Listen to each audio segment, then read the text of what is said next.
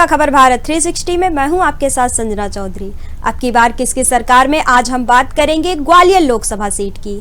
देश में लोकसभा चुनाव का आगाज हो चुका है और मध्य प्रदेश में पहले और दूसरे चरण की वोटिंग भी हो चुकी है। प्रदेश में अब तीसरे चरण के मतदान की तैयारियां हो रही हैं। सभी पार्टियां तीसरे चरण के मतदान की तैयारियों में लगी हुई हैं।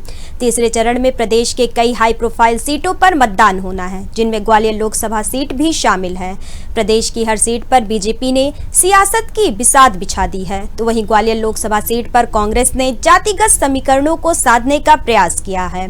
खास बात यह है कि बीजेपी और कांग्रेस दोनों पार्टियों ने 3 महीने पहले हुए विधानसभा चुनाव में हारे प्रत्याशियों पर दांव लगाया है। एक तरफ जहां बीजेपी ने भारत सिंह पर अपना भरोसा जताया है, तो वहीं कांग्रेस ने प्रवीण पाठक को लोकसभा के मैदान में उतारा। ग्वालियर लोकसभा में 8 विधानसभा सीटें आती हैं, जिनमें ग्वालियर, ग्वालियर पूर्व, ग्वालियर ग्रामीण, ग्वालियर दक्षिण, ग्वालियर भितरवार और 2 शिवपुरी जिले की पोहरी और करेरा विधानसभा भी आती है, जिनमें से बीजेपी और कांग्रेस ने 4-4 सीटों पर जीत दर्ज की है। मध्य प्रदेश के 4 महानगरों में से एक ग्वालियर जिला बेहद महत्वपूर्ण लोकसभा सीट है। इस लोकसभा सीट में पूरा ग्वालियर जिला और कुछ हिस्सा शिवपुरी जिले का भी आता है। यहाँ की राजनीति भी सिंधिया घराने के इर्द गिर्द ही चलती है। ग्वालियर लोकसभा सीट से भी माधवराज सिंधिया लंबे समय तक लोकसभा में रहे हैं। हालांकि उनके बाद इस सीट पर यशोधरा राजे सिंधिया भी चुनाव जीती हैं। चंबल क्षेत्र के सटे ग्वालियर संभाग की यह सीट राजघराने की वर्चस्व वाली सीट है। ग्वालियर को पूरे प्रदेश का औद्योगिक नगर भी कहा जाता है। वहीं यहाँ के कई संगीत घराने भी प्रसिद्ध हैं। इसके अलावा अगर ऐतिहासिक पृष्ठभूमि की बात की जाए तो यहाँ पर ज्यादातर किले और स्मारक सिंधिया राजघराने के ही हैं। ग्वालियर के किले की शान दूर दूर तक फैली हुई है। ग्वालियर सीट को लेकर भाजपा कांग्रेस के साथ साथ बसपा भी मैदान में है। सभी पूरे दमखम के साथ चुनाव प्रचार कर रहे हैं। बात करें भाजपा की, तो भाजपा ने चुनाव प्रचार के लिए अपने दिग्गज नेताओं को मैदान में उतारा है। पार्टी के स्टार प्रचारक लगातार चुनाव प्रचार में लगे हुए हैं। इसी कड़ी में पीएम मोदी ने भी ग्वालियर में प्रचार किया, जहां पर उन्होंने विपक्ष पर जमकर निशाना साधा। साथियों, कांग्रेस पार्टी के खतरनाक इरादे एक के बाद एक खुलकर सामने आ रहे हैं। शाही परिवार के शाहजादे के सलाहकार, इस शाही परिवार के शाहजादे के पिताजी के भी सलाहकार, उन्होंने कुछ समय पहले कहा था, और ये परिवार उन्हीं की बात मानता है। उन्होंने कहा था कि हमारा देश का जो मिडिल क्लास है, मध्यम वर्गीय लोग हैं, जो मेहनत करके कमाते हैं, उन्होंने कहा उन पर ज्यादा टैक्स लगना चाहिए। ये इन्होंने पब्लिकली कहा है। अब ये लोग उससे भी एक कदम आगे चले गए हैं। अब कांग्रेस का कहना है कि वो इनहेरिटेंस टैक्स लगाएगी। माता पिता से मिलने वाली विरासत पर भी टैक्स लगाएगी। पीएम मोदी के साथ साथ मध्य प्रदेश के सीएम डॉक्टर मोहन यादव, प्रदेश के पूर्व सीएम शिवराज सिंह चौहान, केंद्रीय मंत्री ज्योतिरादित्य सिंधिया ने भी यहां पर प्रचार किया। पूर्व सीएम शिवराज ने प्रचार के दौरान विरासत टैक्स को लेकर कांग्रेस पर हमला बोला। उन्होंने कहा कि कांग्रेस अगर सत्ता में आई तो विरासत टैक्स लगा देगी। इसी के साथ ही सीएम डॉक्टर मोहन यादव भी प्रचार करने पहुंचे, जहां पर उन्होंने पार्टी की उपलब्धियों के बारे में लोगों को बताया, साथ ही कई योजनाओं को लेकर भी बात कही। बहन बेटी बहुत सारी बेटी है, आप चिंता मत करना। हमारी सरकार ने जितनी योजना चालू करी, एक भी योजना बंद नहीं करेंगे। लाडली लक्ष्मी का भी पैसा आपको लगातार मिलता रहेगा, कोई योजना बंद नहीं होगी। जिसके पास में पैसा आ रहा है बराबर आता रहेगा। और भूले बैठ के कोई बच गया, चुनाव के बाद उसका नाम भी जोड़ लेंगे, उसको भी दिलवाएंगे। हमारी सरकार में इस बात में कोई कंजूसी नहीं है। हमारी सरकार गरीबों की सरकार, सबको लेकर चलने वाली सरकार। ग्वालियर लोकसभा सीट पर भाजपा और कांग्रेस के साथ साथ बसपा भी मैदान में है। यहां पर बसपा ने भाजपा और कांग्रेस का खेल बिगाड़ने के लिए कांग्रेस से बागी हुए कल्याण सिंह कंसाना को चुनावी मैदान में उतारा है। बात करें इस सीट की तो बसपा को कभी जीत हासिल नहीं हुई है, लेकिन भाजपा और कांग्रेस के हार जीत के अंतर में बसपा की भूमिका अभी तक महत्वपूर्ण रही है, जो इस बार भी रहने वाली है। 1957 से अब तक 7 बार कांग्रेस और 4 बार भाजपा को जीत हासिल हुई है, लेकिन बसपा ने समीकरण जरूर बिगाड़े हैं। चुनाव प्रचार में मायावती भी अपने प्रत्याशी के लिए चुनाव मैदान में उतरी, जहां पर उन्होंने सरकार पर कई आरोप लगाए। क्या कुछ कहा मायावती ने, आइए आपको सुनाते हैं। इनका इन और मामलों में भी शोषण व उत्पीड़न आदि होना अभी तक भी बंद नहीं हुआ है। इसके साथ साथ मुस्लिम व अन्य धार्मिक अल्पसंख्यक समाज के लोगों की भी हालत हर स्तर पर काफी ज्यादा खराब व दयनीय बनी हुई है, जिसका काफी कुछ खुलासा सच्चर कमेटी की रिपोर्ट में भी किया गया है। इतना ही नहीं बल्कि पिछले कुछ वर्षों से केंद्र व अधिकांश राज्यों में भी बीजेपी व आरएसएस की सरकारों के चलते हुए अब इनका विकास एवं उत्थान आदि होना भी काफी हद तक बंदशाई हो गया है।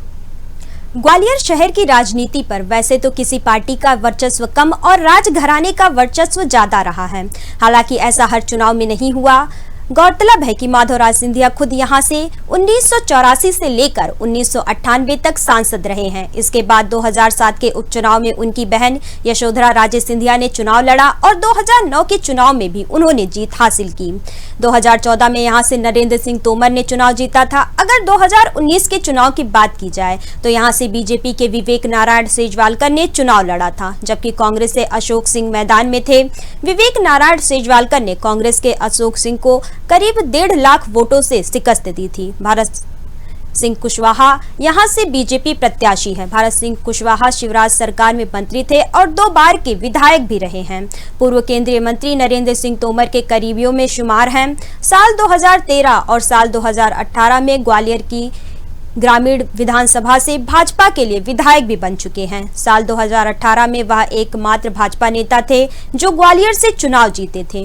जिले की शेष 5 सीट पर कांग्रेस ने जीत हासिल की थी। यही कारण है कि उनको तोहफे के रूप में शिवराज सरकार में राज्य मंत्री का स्वतंत्र प्रभार बनाया गया था।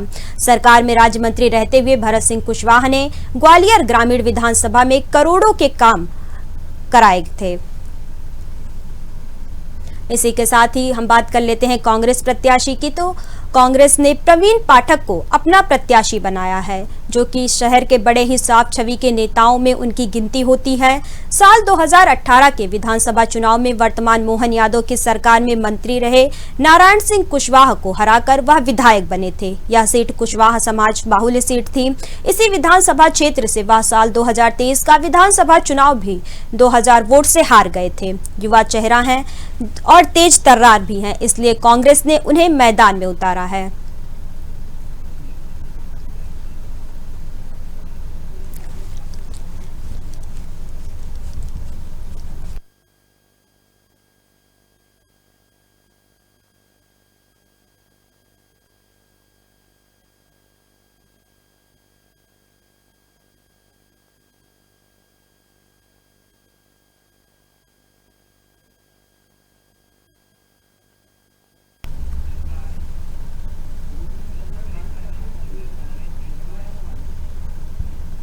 वही हमारे साथ इस पर अधिक चर्चा के लिए हमारे संवाददाता हमारे साथ जुड़ चुके हैं। भरत जी, लोकसभा चुनाव के तीसरे चरण का रण की शुरुआत हो चुकी है। ग्वालियर लोकसभा सीट पर तीसरे चरण में मतदान होना है। सभी पार्टियां जोरों शोरों से प्रचार में लगी हुई हैं। ग्वालियर की जनता क्या कुछ कहती है तीसरे चरण के मतदान को लेकर? देखिए, यहाँ पर जो है जो तीसरे चरण का जो मतदान है वो 7 मई को होने वाला है। इसको लेकर सभी पार्टियां अपनी अपनी तैयारियों में जुटी हुई है। इसी को लेकर आज प्रवीण पाठक की भी यहाँ पर जो प्रदेश के जो मुखिया है, इनके जो कांग्रेस के जो मुखिया है, आज यहाँ पर आ रहे हैं जीतू पटवारी जी, और वो सभा करेंगे। वहीं भाजपा की कई सभाएं यहाँ पर हो चुकी हैं। इसको लेकर अब चूंकि हमारे साथ जो कांग्रेस के विधायक हैं, उनसे हम बात करेंगे कि किन मुद्दों को लेकर ये जनता के बीच जा रहे हैं और किस तरीके से यहाँ पर ये अपनी कांग्रेस को जिताने का दावा कर रहे हैं। बताइए विधायक जी, आज किस तरीके से ये जो सभा है किस तरीके से सफल करोगे? और देखिए, जनता सफल करेगी, हमको तो कोई होते नहीं है सफल करने वाले, और हमारे पास वो संसाधन भी नहीं है कि हम जनता को लालच दे के लाएं। हमारे पास जो भी देखने को मिलेगा आज आपकी सभा में, जनता स्वतः चलकर आएगी, और ये जनता के भरोसे के हमारा चुनाव है। लेकिन आप कह रहे हैं कि हम जनता को लालच दे के नहीं आए, क्या लगता है कि भाजपा जनता को लालच दे के लाती है? देखिए, मैं नहीं कह रहा, आपका तमाम चैनल बोलते हैं, तमाम जगह जब महिलाएं जाती है तो वो बोलती है, लेकिन मैंने कहा ना, हमारी जो भी जनता आएगी, जितनी भी जनता आएगी, बस वो प्रेरित आ रही है। जनता कांग्रेस को लाना चाहती है, इसलिए आएगी। और हमने सबसे विनम्र निवेदन किया है कि आज हमारे प्रदेश के मुखिया पीसीसी चीफ जीतू पटवारी जी, पहली आम सभा डबरा में हमारी होने जा रही है। और देखिए, हमारे लिए एक चुनौतीपूर्ण काम भी है। जो आम सभा का स्थल है, चिन्हित स्थल है, एक ही स्थल है बस स्टैंड, बाकी हमको जो स्थल मिला है वहां जाने में भी असुविधा है, तमाम दिक्कतें हमको हुई हैं, वहां सीधी पब्लिक पहुंचती नहीं है।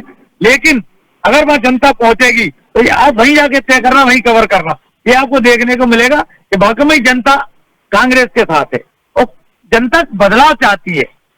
जैसा कि विधायक जी ने बताया है कि जो जनता है वो किस तरीके से हमारे साथ आएगी, और आगे जो जहाँ सभा होनी है वहां पर जो रास्ता है बहुत ही मतलब एक भरा हुआ रास्ता है, जनता के बीच वहां जनता का पहुंचना बहुत ही मुश्किल होता है। लेकिन फिर भी ये देखने वाली बात होगी कि वहां पर जनता किस तरीके से पहुंचती है। हमारे साथ वरिष्ठ कांग्रेस नेता भी है जो यहाँ से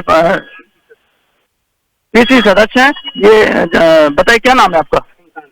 सुल्तान जी, आज कांग्रेस की सभा है और किस तरीके से अपन जो है जनता से वोट मांग रहे हैं?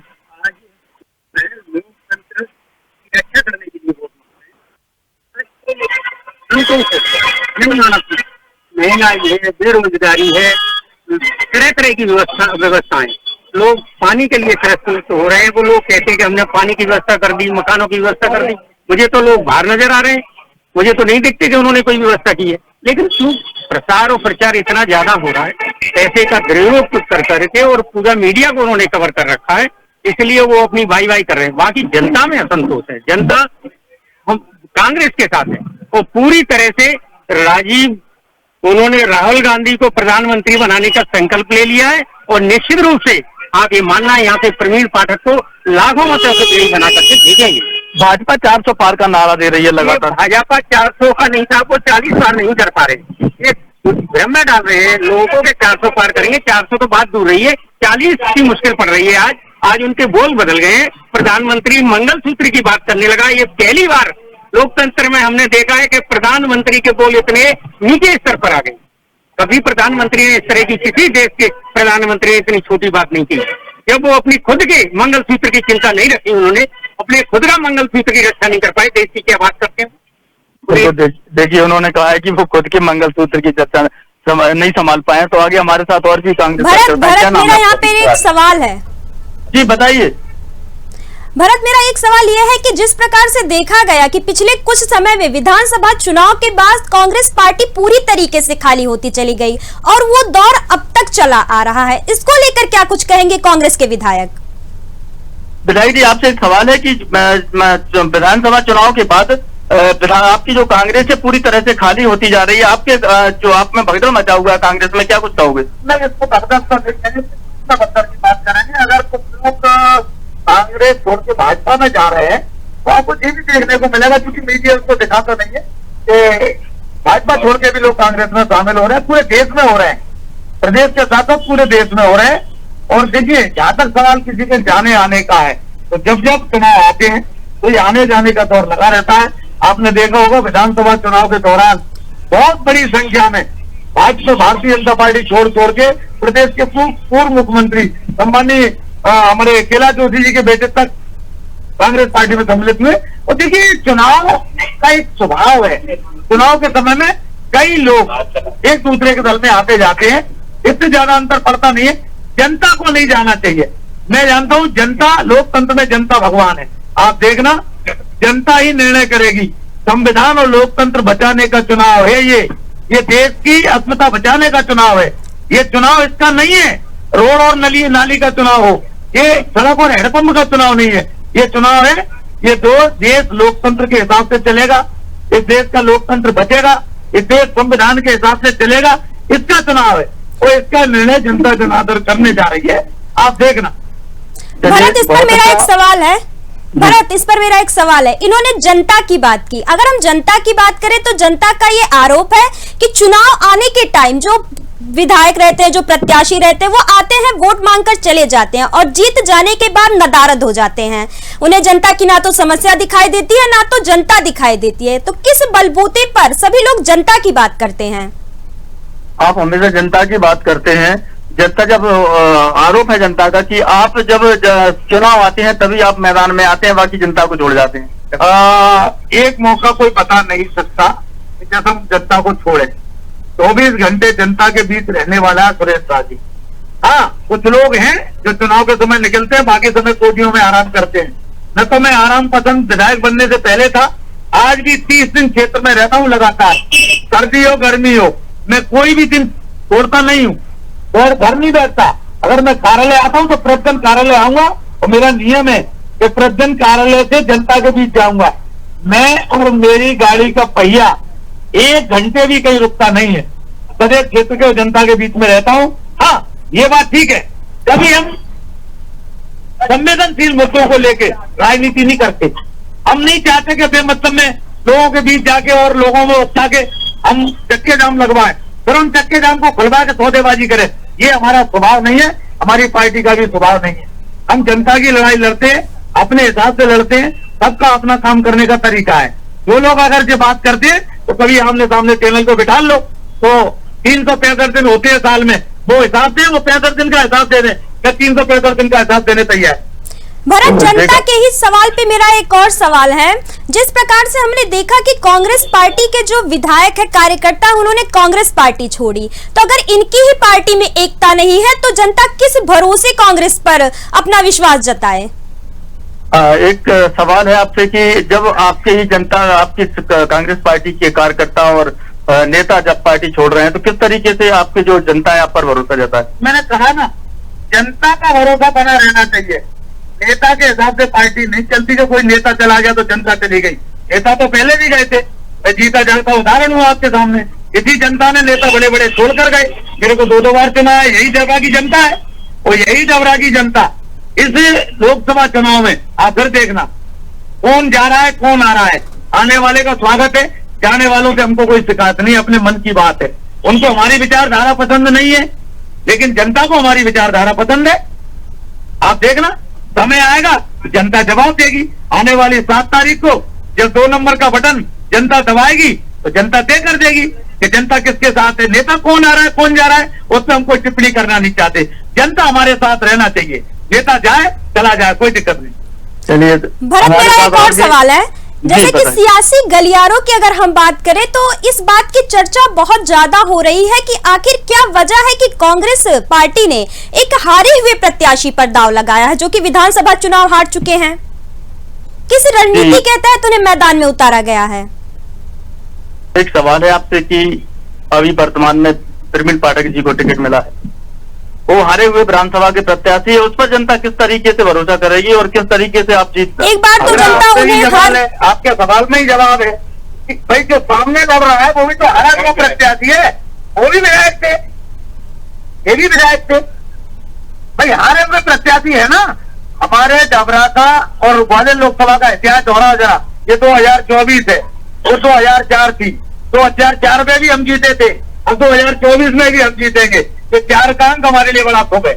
उन्होंने बताया 4 का अंक बहुत शुभ है। दोनों ही प्रत्याशी समय जो लोकसभा का चुनाव लड़ रहे हैं, दोनों ही प्रत्याशी विधानसभा से हारे हुए हैं और दोनों में ही कड़ा मुकाबला देखने को मिलेगा। वहीं तीसरी हम और भी इनसे चर्चा करेंगे कि तीसरे जो कल्याण सिंह कुशवाहा जो चुनाव लड़ रहे हैं, यहाँ से कल्याण सिंह कंठाना जो चुनाव लड़ रहे हैं, वो किस तरीके से खेल बिगाड़ सकते हैं। क्या नाम है सर आपका?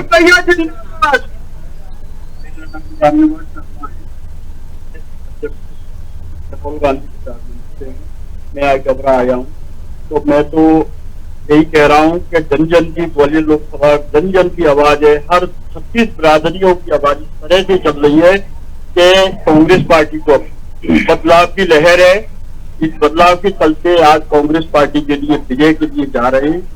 और मैं ये बताऊं कि आज की जनता क्यों उत्साहित है, किस तरह की ये हवा क्यों बन रही है, क्यों इनका पलटाव क्यों हो रहा है, इसका मैं कारण आपको ये बताता हूँ। आज 9 साल से लेकर 2014 में दूध की रेट क्या थी, 35-40। आज दूध की रेट क्या है, 70-75। सिलेंडर की रेट क्या थी, 450। आज रेट क्या है, 1150। पेट्रोल कितना था, 40-45। आज पेट्रोल की रेट क्या है, 100 पार। डीजल 90 पार। बाइक गाड़ी मीडियम स्तर क्लास आदमी ज्यादातर बाइक से यूज करता है। आज 14 में की रेट क्या थी, 35-40-50 तक बाइक खरीद लेते थे नेताजी। आज क्या रेट हो गई है, 1 लाख। इस महंगाई से ट्रक पार्टी, लोकसभा के जितनी भी मतलब लोकसभा की क्षेत्रवासी है सभी व्याकुल हैं और सभी चाहते हैं, हर जाति चाहती है, हर लोग चाहते हैं कि अब की बदलाव हो। और अपने प्रिय पढ़े लिखे शिक्षित भाई प्रवीण पाठक के समर्थन में सब बिरादरी, 36 बिरादरी, सभी समाज एकजुट होकर मतदान करें 7 तारीख को। तो इसलिए अपने ये जिताना है। मैं आपसे विनम्र अपील करता हूं, आपकी कोई बात और हो तो मेरे से देखिए, इस समय जो आपके कल्याण सिंह कंसाना को जो बहुजन समाज पार्टी से टिकट मिला है, तो कहीं ना कहीं ये प्रवीण पाठक जी को नुकसान पहुंचा सकते हैं। देखो, कारण है कि आज की जनता वैसी नहीं है, सब समझ चुकी है। क्या कल्याण कंसाना को कितना कांग्रेस ने बुक किया था, उन्हें अपनी राजनीतिक कैरियर खत्म कर दिया है। आज मात्र 5000 वोट से ज्यादा वोट नहीं मिलेंगे। मैं गारंटी के साथ कह रहा हूँ, सारे लोग, सारी लोकसभा कांग्रेस पार्टी के साथ में है। सभी लोग कांग्रेस को वोट कर रहे हैं और भाई बदलाव की लहर है। मैं कह रहा हूँ नरेंद्र भाई मोदी और जिनका ये जुआरी है, इन्होंने पूरे देश में क्या हालत है, इन्होंने गारंटी दी थी 15-15 लाख की। ये जग जाए, झूठ है, जुमला है, जग जाहिर है, पूरा देश जानता है। इस बात को जनता समझ चुकी है कि 15 लाख खाते में आए, 2 लाख का रोजगार मिला, तो ये झूठे लोग हैं। इसलिए हम यही चाहते हैं आपसे, चैनल के माध्यम से, कि ये बदलाव है, में सब जनता लगी हुई है। राम मंदिर और धारा 370 का क्या मुद्दा रहेगा? देखो, राम मंदिर कोई राम मंदिर सुप्रीम कोर्ट ने बनवाया है, तो धारा 370 लंबित थी, जिससे तो कोई बात ही नहीं है। जो हुआ उसमें कांग्रेस पार्टी कभी कोई नहीं करती। सुप्रीम कोर्ट का मैटर थी, तो कह रहे हैं हम राम को लाए। अरे यार, राम तो त्रेता ही में आ गए थे। राम का आज है कि राम त्रेता में आ गए थे और राम को लेने, राम को तुम स्पष्ट ही नहीं, तुम तो हाथ पकड़ के अंदर में ले जा रहे हो। राम के नाम पर धर्म के नाम पर राजनीति करने वाली भारतीय जनता पार्टी 2024 में लोकसभा में बता देगी कि क्या है, दूध का दूध, पानी का पानी हो जाएगा। तो देखा आपने जिस तरीके से जो राम मंदिर का मुद्दा है वो सुप्रीम कोर्ट ने बनवाया है। बाकी इनके जो कांग्रेस का कहना है कि ऐसा कोई मुद्दा राम मंदिर या धारा 370 का नहीं है, लंबित थी धारा 370, उसको लागू किया गया बस। जी भरत, मेरा यहाँ पर एक सवाल है कि एक तरफ भारतीय जनता पार्टी है जो जोरों शोरों से प्रचार कर रही है और पार्टी के हर एक प्रत्याशी की तरफ से एक ही बात निकल कर आ रही है कि अब की बार 400 पार, लेकिन वहीं दूसरी तरफ कांग्रेस है जो सिर्फ जीत का दावा कर रही है लेकिन सीटों की बात नहीं कर रही। आखिर क्या वजह है कि पार्टी सीटों की बात नहीं कर रही, सिर्फ कह रही कि इस बार का चुनाव हम जीतेंगे। अगर चुनाव जीते भी तो प्रधानमंत्री कौन होगा, क्योंकि भाजपा की तरफ से प्रधानमंत्री का चेहरा तो साफ है, नरेंद्र मोदी भाजपा की तरफ से प्रधानमंत्री बनेंगे। लेकिन अगर हम वही कांग्रेस और गठबंधन की बात कर ले कि उनकी तरफ से प्रधानमंत्री कौन बनेगा। जी, आपसे एक सवाल है कि इस समय भाजपा 400 पार का नारा लगा रही है और आप लगातार जीत का दावा कर रहे हैं, तो आपकी जीत का दावा कहां तक सार्थक होगा और इसके लिए कौन आपका प्रधानमंत्री होगा? देखिए, इंडिया गठबंधन की सरकार बनेगी। देखिए, इंडिया गठबंधन का प्रधानमंत्री होगा और प्रधानमंत्री कब होगा, जब बहुमत होता है। ठीक है, अब मोदी जी को तो बहुमत की जरूरत नहीं है, उन्होंने 400 पार का नारा दे दिया कि जनता जिता या नहीं जिता मुझे 400 पार ले जाना है। लेकिन कैसे ले जाना, उसके नमूने आप देख रहे हो। इनको जनता के सामने जाने में डर लगता है। इससे बड़ा डरपोक राजा, इससे बड़ा डरपोक प्रधानमंत्री देश को आज तक नहीं मिला, जो चुनाव में जाने से डरता है। 400 पार का नारा दे रहे हैं और जनता के बीच चुनाव न लड़ना पड़े, इसके लिए क्या क्या एजेंडे अपनाए जा रहे हैं। कई फार्म निरस्त कराए जा रहे हैं, किसी जो है कैंडिडेट को प्रलोभन देके, डरा के, धमका के, जो भी कर सकते हैं करें, सिर्फ चुनाव नहीं लड़ना पड़े, जनता के बीच नहीं जाना पड़े। तो डर के हमें 2-4-10 सीटें ऐसे बढ़ा लें, तो ये कोशिश कर रहे हैं कि हम कहीं 200 के करीब पहुंच जाए। जनता इनको 200 से नीचे लाने वाली है। 400 पार का नारा दिवा सबने, जनता 200 से नीचे लाने वाली है। जब 4 तारीख को परिणाम आएंगे, हम और आप बैठेंगे, तब बात करेंगे। रही बात हमारी, तो मैंने कहा ना, बिहार से लेके पश्चिम बंगाल, बिहार, उड़ीसा, कर्नाटक, अब तो ये बताइए महाराष्ट्र कौन सा, यूपी, मध्य प्रदेश, राजस्थान, ऐसा कौन सा प्रदेश है जो चीफ कर रहे हैं? कोई चीफ करने वाले नहीं है। 29 की बात करते थे, इनको 15 जीतने के लाले पड़ जाएंगे। ये 15 जीतने के लाले इसी मध्य प्रदेश में पड़ने वाले हैं। देखो आप, तो आपका डरे हुए हैं। आपकी कितनी पार्टी, कितनी इंडिया गठबंधन कितनी सीटें जीत रही? इंडिया गठबंधन को स्पष्ट बहुमत, किसी को हमको खरीदने की, बेचने की जरूरत नहीं पड़ेगी। इंडिया गठबंधन को स्पष्ट बहुमत मिलने वाला है और ये देश की जनता जनार्दन देने वाली है। क्यों? इस देश की जनता इस लोकतंत्र में विश्वास रखती है और ये लोकतंत्र बचाना है तो भाजपा को देश से हटाने का रण जनता ले चुकी है। धन्यवाद भरत, लेकिन यहाँ पर मेरे सवाल का जवाब नहीं मिला कि अगर इनकी पार्टी जीतेगी तो प्रधानमंत्री का चेहरा कौन होगा? एक सवाल और आपने अभी तक नहीं लिया है कि आपकी पार्टी इंडिया गठबंधन जीतती है तो प्रधानमंत्री का चेहरा कौन होगा? मैंने कहा ना, हमारी इंडिया गठबंधन का बहुमत आएगा ना, तो इंडिया गठबंधन देख लेगा प्रधानमंत्री का चेहरा कौन होगा। और सुनो, मैं आपकी उस बात को जिसको आप खरीदना चाहते हो, इतिहास रहा है कांग्रेस पार्टी का बलिदान देने का, इतिहास रहा है कांग्रेस परिवार का त्याग करने का। तो ये तो देश को बचाने के लिए पार्टी कुछ भी कर सकती है। हमारे इंडिया गठबंधन का चेहरा कौन होगा, प्रधानमंत्री कौन होगा, ये इंडिया गठबंधन का जब हमारा बहुमत आ जाएगा तो निश्चित रूप से इंडिया गठबंधन का प्रधानमंत्री होगा। तो आपने देखा कि इंडिया गठबंधन में से ही प्रधानमंत्री चुना जाएगा। अभी स्पष्ट नहीं है, जिस तरीके से इंडिया का जो बहुमत स्पष्ट होता है उसके बाद ये तय किया जाएगा कि प्रधानमंत्री कौन होगा। जी भरत, यहाँ पर बहुमत की बात की गई तो उसमें से 29 में से 28 सीटें भाजपा जीतकर चली गई, इस पर क्या कुछ कहेंगे? देखिए, आपने पिछली जो लोकसभा चुनाव आपने लड़ा उसमें 29 में से 28 सीटें एनडीए को मिली और आपको केवल 1 सीट मिली।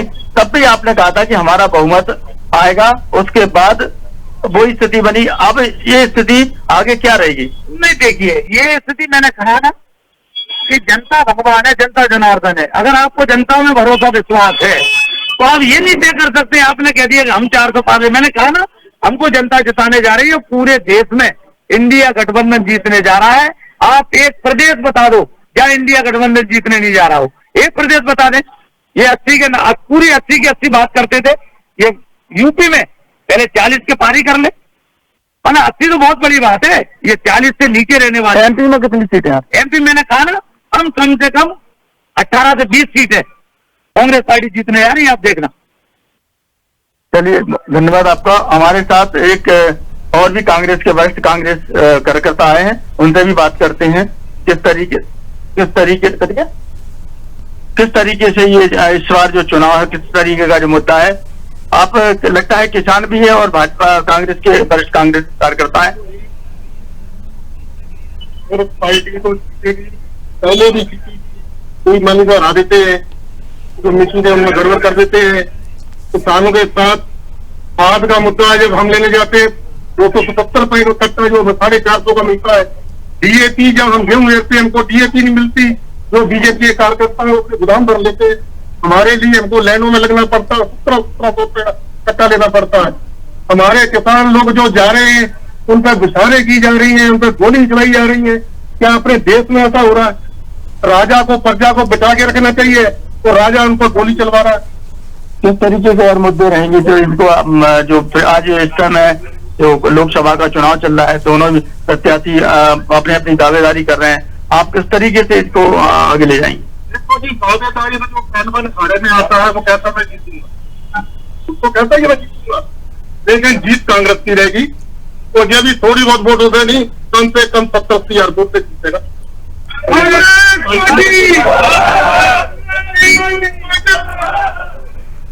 जी भरत, अब ये तो 7 मई को तय होगा कि किसके सरताज सजेगा, कौन ग्वालियर से जीतकर संसद में जाएगा। तमाम जानकारी देने के लिए आपका बहुत बहुत धन्यवाद भरत।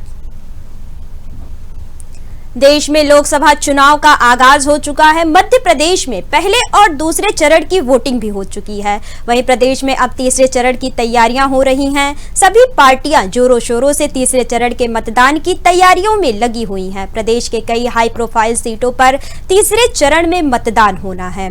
अब की बार किसकी सरकार में फिलहाल इतना ही। बने रहिए खबर भारत 360 के साथ। नमस्कार।